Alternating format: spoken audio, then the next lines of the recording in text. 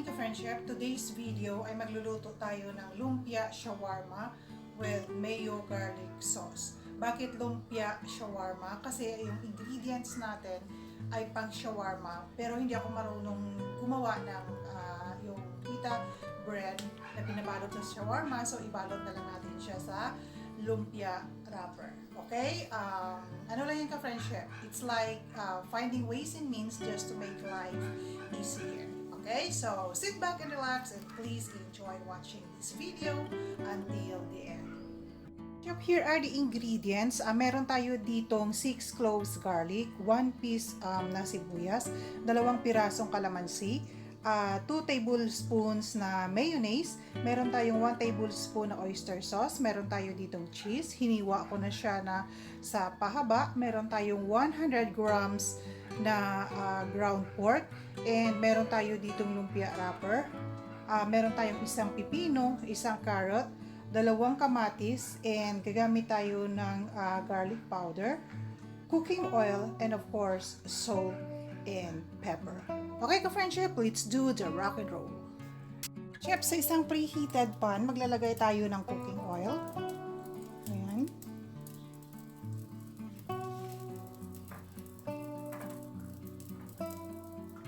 And then after that, saute natin yung ating garlic.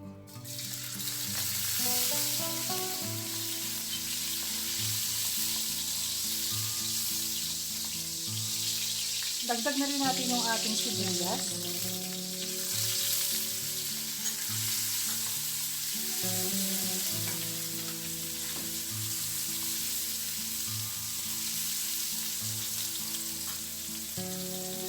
Saka ang ating ground pork.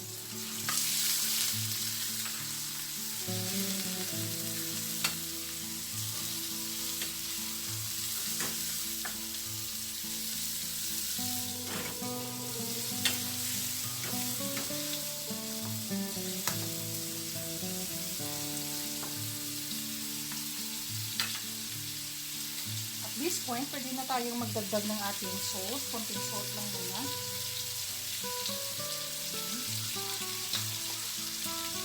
And of course, ang ating pepper. Ayan. So, hayaan na lang muna natin siya dyan ka-friendship hanggang sa mag-golden brown yung ating ground pork or hanggang sa maluto. Okay? Balikan natin siya later. Friendship, ayan na po, luto na ang ating ground pork. So, pwede na natin idagdag yung ating oyster sauce. Ayan.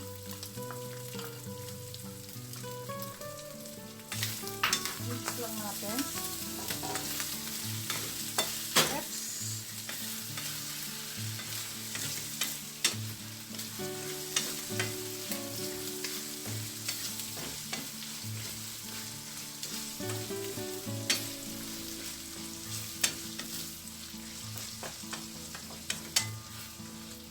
And then, check natin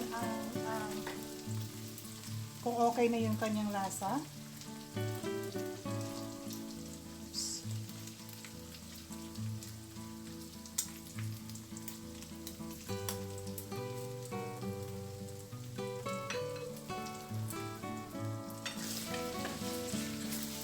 So, ayan, okay na siya ka-friendship. So, what we're going to do next is mag-squeeze tayo ng 2 calamansi to enhance the flavor of our ground pork. So, yan. So, what we're going to do next is i-cool down lang natin siya ka-friendship, and then iset aside muna natin bago natin balutin. Okay? Na po, nag-cool down na yung ating ground pork. So, what we're going to do next is ibabalot natin yung ating mga ingredients. So, ayan, maglagay tayo ng pipino. So, depende sa inyo ka-friendship kung ano kadami yung inyong ilalagay. So, ayan, yung ating carrots, yung ating kamatis, and then dagdagan natin ng cheese. Ayan, and then maglagay tayo ng ating ground pork.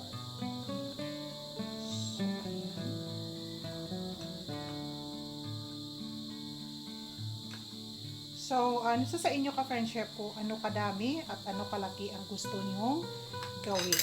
Okay? Kanya-kanyang trip yan. Okay? So, ibalot na natin. So, ayan.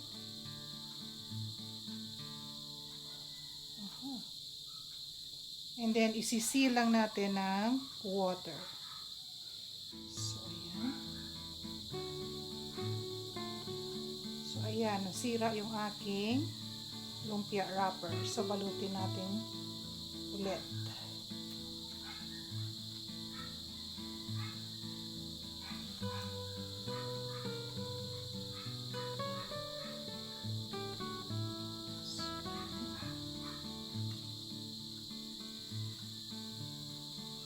Okay, isi-seal ng water. Okay, gawa tayo ulit ng isa ka-friend chef. Pipino, cucumber, carrot, tomato, and then cheese, and ground pork.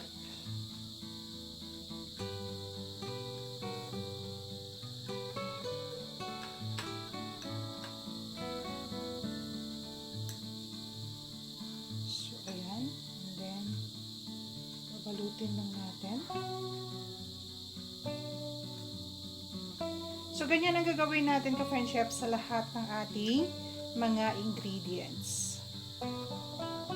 So, ayan.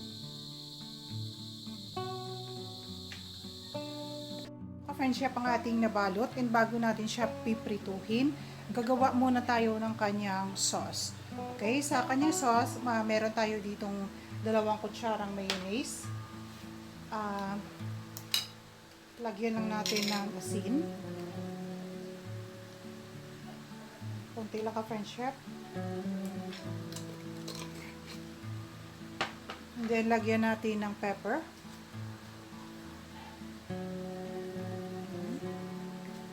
At saka lagyan natin ng garlic powder. Kung wala kayong garlic powder ka-friend chef, pwede na rin yung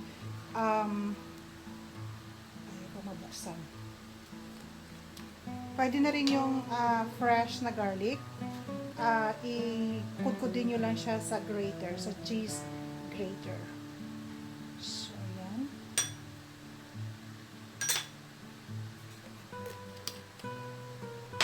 And then, mix lang natin.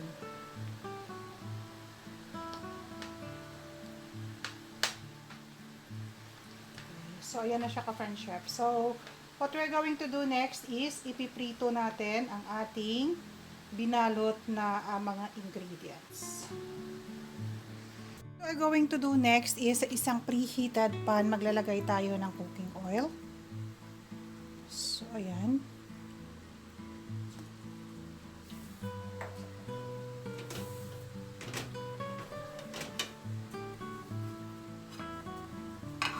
And then after that, ipiprito natin ang ating lumpia shawarma.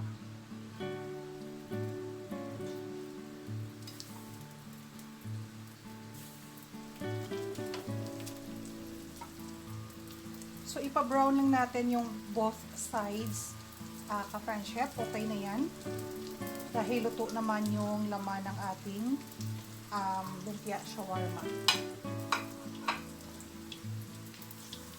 Friend chef, meron na tayong naluto. So, what we're going to do next is ilalagay natin or ita-transfer natin sa strainer to remove the excess oil. So, ayan siya ka-friend chef. So, ganyan ang gawin natin sa iba pa nating binalot na lumpia shawarma. So, ka-friend chef, luto na yung ating lumpia shawarma. Ready for serving na siya. Ito na po yung ating finished product. Ang ating lumpia shawarma with mayo and garlic sauce. Okay ka-friend chef, sana gustuhan ninyo ang ating lumpia shawarma with mayo and garlic sauce.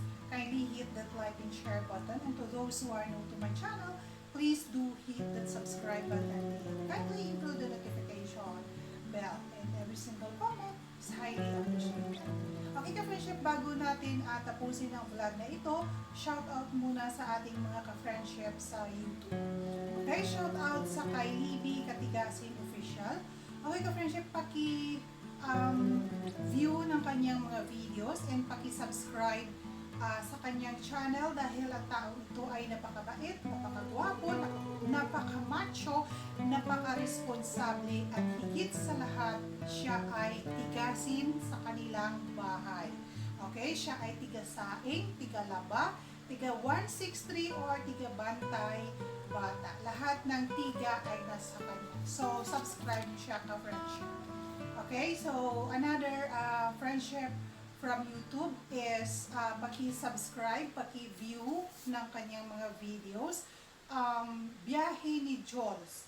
Okay, ang content creator na ito ka-friendship ay galing sa mga angkan ng mga kwapo. Okay, so paki-view ng kanyang mga kung gusto niyo mag-explore sa Palawan, paki-view ng kanyang mga videos. And then paki-subscribe na rin sa kanya. And shout out sa St. Joseph High School Batch 86, ka-friendship or mga classmates, kapatid ito ng isa sa ating mga classmates. So, ayan, view ng kanyang channel o ng kanyang mga videos. Okay, so, another shout out sa napakaganda kong pamangkin, Eden Villanueva.